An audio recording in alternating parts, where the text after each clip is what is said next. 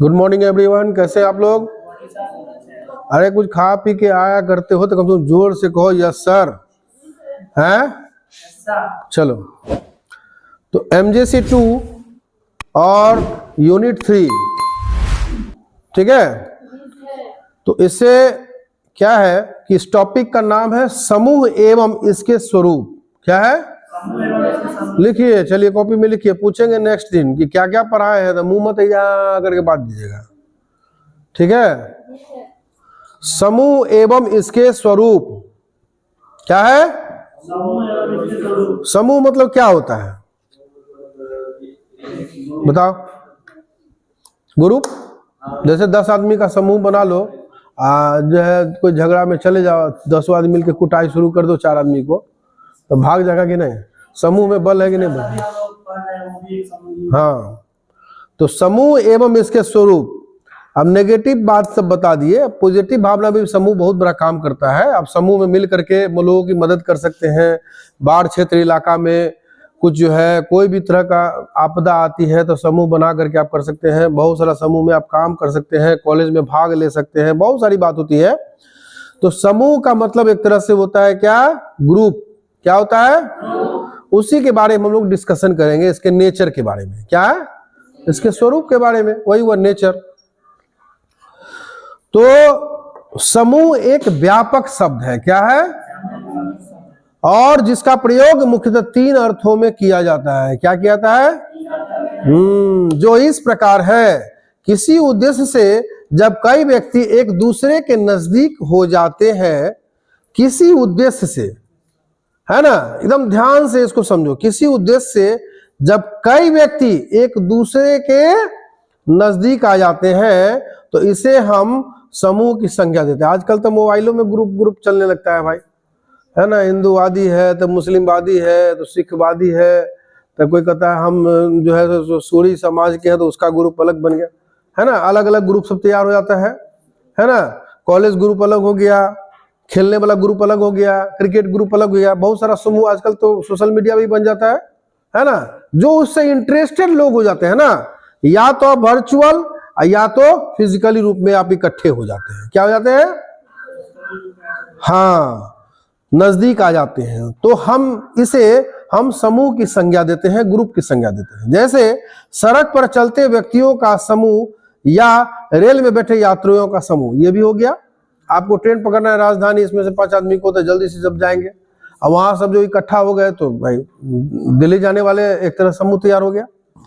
समूह का प्रयोग वर्गीकरण यानी कि क्लासिफिकेशन करने के उद्देश्य से भी किया जाता है। क्लासिफिकेशन करने के उद्देश्य से भी किया जाता है। जैसे हम कहते हैं कि मौलिकों का समूह यानी को छात्रों का समूह तथा रिक्शा चालकों का समूह, मिल मालिकों का समूह, या जो है जनरल समूह हो गया, या छात्रों का समूह हो गया, या रिक्शा चालकों का समूह हो गया। मतलब बहुत या इस तरह से हो गया।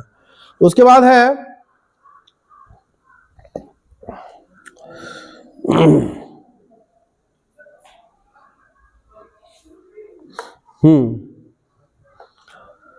उसके बाद है समूहों का प्रयोग प्राणियों के एक ऐसे संगठन के लिए भी किया जाता है। समूहों का प्रयोग क्या किया जाता है? प्राणियों के एक ऐसे संगठन के लिए भी किया जाता है जिनका एक निश्चित आकार होता है। क्या होता है? जिनका एक निश्चित आकार होता है, जिसके सदस्यों में अपने लोगों की भावना तथा निष्ठा की भावना के साथ साथ सामाजिक अंतःक्रिया होती है। क्या होती है? हाँ, सदस्यों में अपने लोगों की भावना, अपने लोगों की एक भावना, ठीक है, और निष्ठा की भावना के साथ साथ सामाजिक अंतःक्रिया की भी इंटरेक्शन होती है ना। स्पष्ट है कि समूह का प्रयोग उपयुक्त 3 अर्थों में किया जाता है। क्या किया जाता है? 3 अर्थों में किया जाता है, परंतु समाज मनोविज्ञान में समूह का प्रयोग सिर्फ तीसरे अर्थ में किया जाता है, क्योंकि ऐसे ही समूह में सदस्यों के बीच सामाजिक अंतःक्रिया के एक सामान्य उद्देश्यों की प्राप्ति के लिए किया जाता है। पहले अर्थ में जो सूचना बनता है उसमें भी सामाजिक अंतःक्रिया होती है। जो सूचना बनती है उसके साथ सामाजिक क्रिया होती है, अंतःक्रिया होती है, ठीक है। तो परंतु वह क्षणिक होती है। क्या होती है?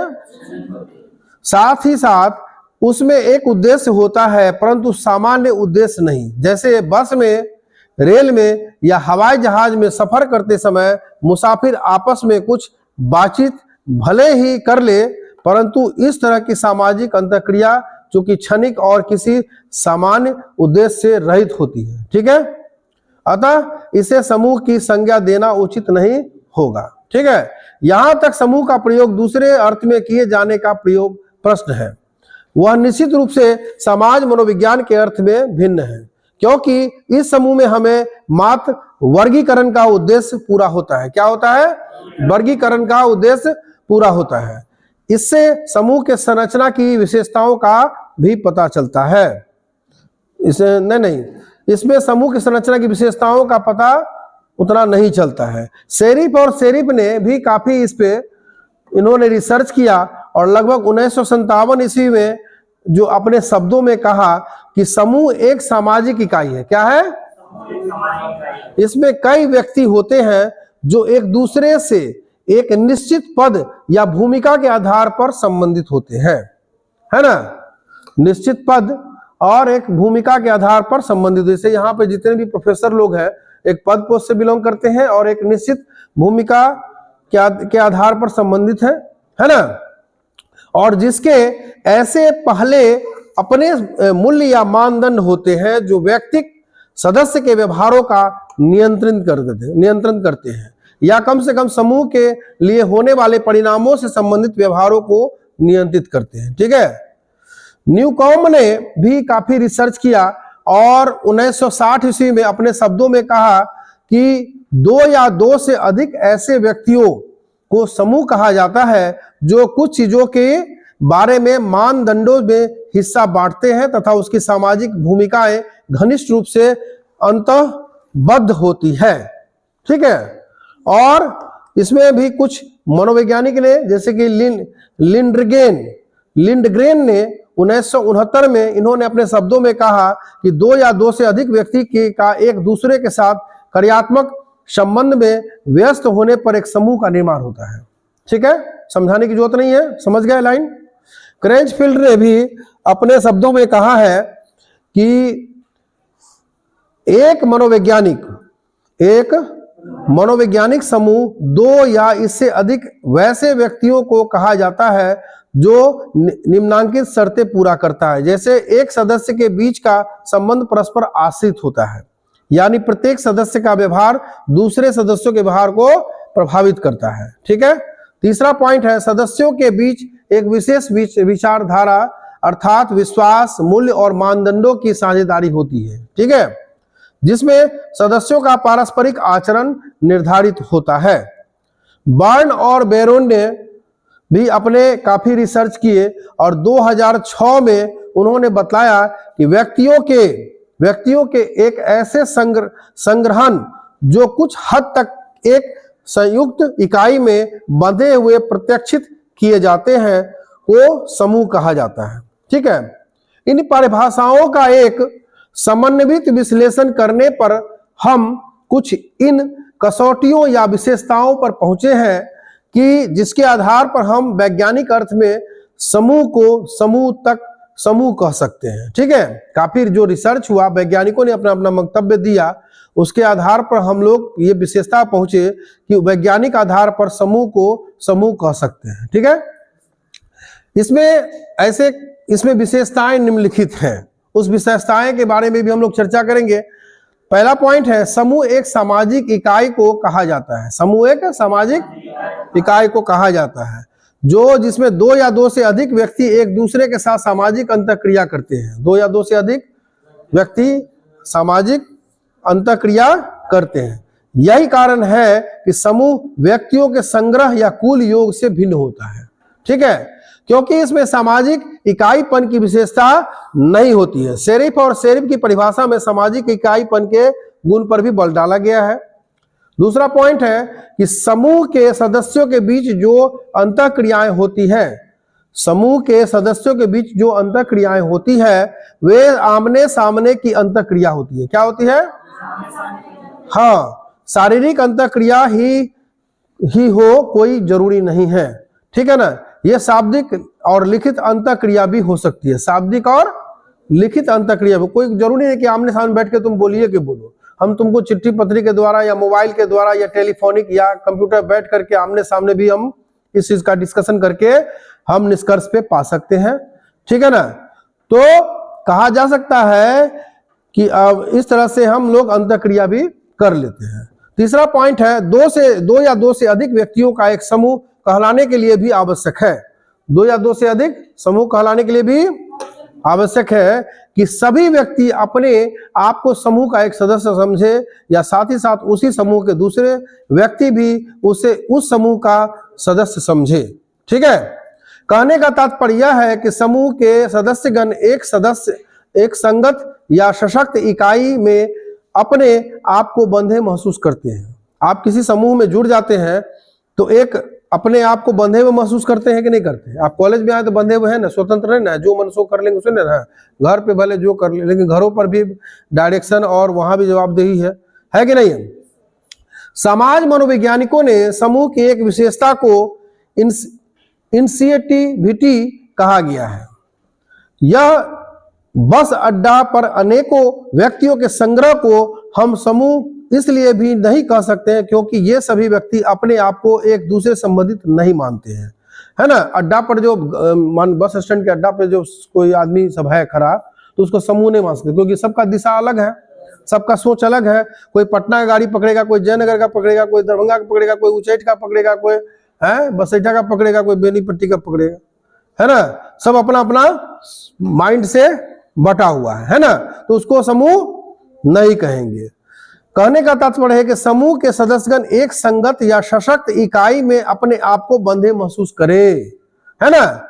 समाज मनोवैज्ञानिकों ने समूह की इस विशेषताओं को जो है इनिशिएटिविटी कहते हैं, ठीक है ना। समझ गए बस अड्डा वाला कहानी से। चौथा पॉइंट है कि समूह सदस्यों का एक सामान्य लक्षण होता है। क्या होता है? तथा साथ ही साथ वे एक सामान्य मापदंड से निर्देशित होते भी हैं, ठीक है।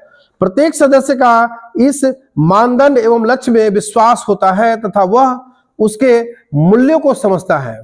न्यूकॉम्ब की परिभाषा एवं क्रंचफील्ड तथा वेलेची की परिभाषा इस पक्ष पर अधिक बल डाला है, ठीक है। पांचवा है, देखिए जितने भी मनोवैज्ञानिक है कोई एक पक्ष को लेकर के उन्होंने अपना रिसर्च किया है, तो यहां भी इस बात को हम लोग टॉपिक पर ये बात पॉइंटेड कर देते हैं कि फलाने वैज्ञानिक ने इस टॉपिक को ज्यादा तवज्जो दिया है, इस पे काफी रिसर्च किया है और उन्होंने अपना परिभाषित ये सब चीज को किया है। पांचवा पॉइंट है, समूह में सदस्यों का भाग्य एक दूसरे पर निर्भर होता है। समूह में क्या है? सदस्यों का भाग्य एक दूसरे पर निर्भर होता है। दूसरे शब्दों में समूह के परिणाम का प्रभाव प्रत्येक सदस्य पर समान पड़ता है। समूह में अगर मान के चलो कोई परिणाम अगर मिला तो सभी पर बराबर बराबर उसका असर पड़ेगा, ठीक है ना। और सदस्यों से के व्यवहार द्वारा समूह का प्रमाण प्रभावित होता है। क्रंचफील्ड ने और बलोची ने अपने परिभाषा में सदस्यों के इस निर्भरता पर भी अधिक बल डाला है कि इस ढंग की निर्भरता का सबसे अच्छा उदाहरण फुटबॉल के खिलाड़ियों के समूह में मिलता है। मान के चलो फुटबॉल का खिलाड़ी का संख्या कितना होता है जी? 11 होता है। तो उसमें 11 को एक साथ जो खिलाड़ी खेलते हैं और उसमें जो रिजल्ट आता है लास्ट में सभी के ऊपर इफेक्ट एक साथ जाता है कि नहीं आता है? खेलता है तो उतने उत्साहपूर्वक कहता है हम वर्ल्ड कप जीत गए, हारा तो एक साथ बोलता है हार गए, तो एक साथ सब पे इफेक्ट पड़ा कि नहीं पड़ा? तो वही बताया गया कि समूह के सदस्यों का भाग्य एक दूसरे पर निर्भर होता है ना। दूसरे शब्दों में समूह के परिणाम का प्रभाव प्रत्येक सदस्य पर समान पड़ता है, ठीक है। ये पॉइंट को पकड़ ले, समझ गए। तो इसमें जो पूरे दल की एक तरह से अगर मान के चलो कोई प्रॉब्लम होती है, खिलाड़ियों का दल अगर जीतता है तो दल के सभी सदस्यों का सिर ऊंचा हो जाता है ना। और किसी एक सदस्य की गलती के कारण दल हार सकता है तो किसी एक सदस्य के प्रयास से दल जीत भी सकता है। दल में अगर कोई एक पूरा एफर्ट लगा दे तो पूरा दल जीत भी जाएगा, और कोई एक वो अगर गलती भी कर दे, है ना, कैच खाली छोड़ दे तो सीधे राम नाम सत। है ना। जब वो जो थे क्या कहते हैं, धोनी जो थे, एक छक्का लास्ट में मारे थे तो वर्ल्ड कप जीता था ना। इस बार फीता काटने गया था जहां छक्का वाला बॉल गिरा था, देखे थे तुम लोग? नहीं गए थे। हर साल फीता वहां पे काटता है, जो बॉल जिस स्टेडियम की जिस जगह पे गिरा था वो बॉल, वहां पे फीता हर साल वो काटने जाता है, क्योंकि वही बॉल वहां गिरा था तो वर्ल्ड कप जीता, तो अपने देश का पूरा नाम रोशन हुआ, है ना। तो यहाँ इसीलिए बतलाया गया है कि सदस्य में एक अगर व्यक्ति गलती करता है तो पूरे, जैसे परिवार में एक लड़का या लड़की या कोई भी गलत कदम उठा लेते हैं तो पूरे परिवार की बदनामी होती है। और कोई एक IAS ऑफिसर बन जाता है कोई लड़का, कोई लड़की अगर बहुत बड़े पद पे चली जाती है या समाज सेविका बन जाती है या कुछ अच्छे कर्म से, जो पूरे परिवार का नाम रोशन कर देते, पूरा समाज देश का नाम रोशन करते हैं ना। तो इन सब विशेषताओं के आधार पर निष्कर्ष पर पहुंचते हैं कि समूह 2 या 2 से अधिक व्यक्तियों की एक ऐसी सामाजिक इकाई है जिसके सदस्य सामान्य लक्ष्य की प्राप्ति के लिए खास तरह के मानदंड के अनुसार परस्पर निर्भर रहते हुए अंतःक्रिया करते हैं। अंतःक्रिया मतलब अंदर में एक ऐसा वर्क होते रहता है जो लास्ट में जो पॉजिटिव रिजल्ट या नेगेटिव रिजल्ट आता है उसका परिणाम सबों पे इफेक्ट पड़ता है। इस तरह से ये टॉपिक यही समाप्त करते हैं। समूह एवं इसके स्वरूप के बारे में आप लोग जाने, कोई दिक्कत तो नहीं हुई? चलो ठीक है।